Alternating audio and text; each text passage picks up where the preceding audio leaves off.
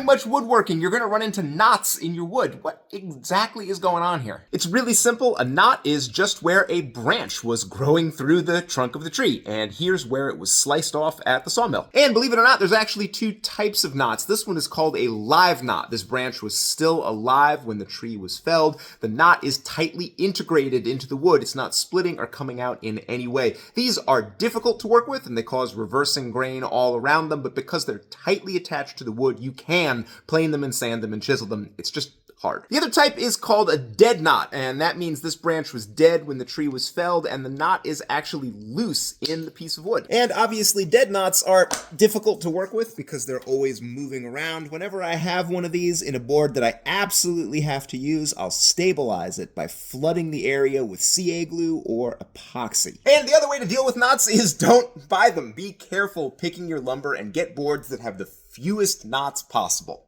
I know. Least helpful advice ever.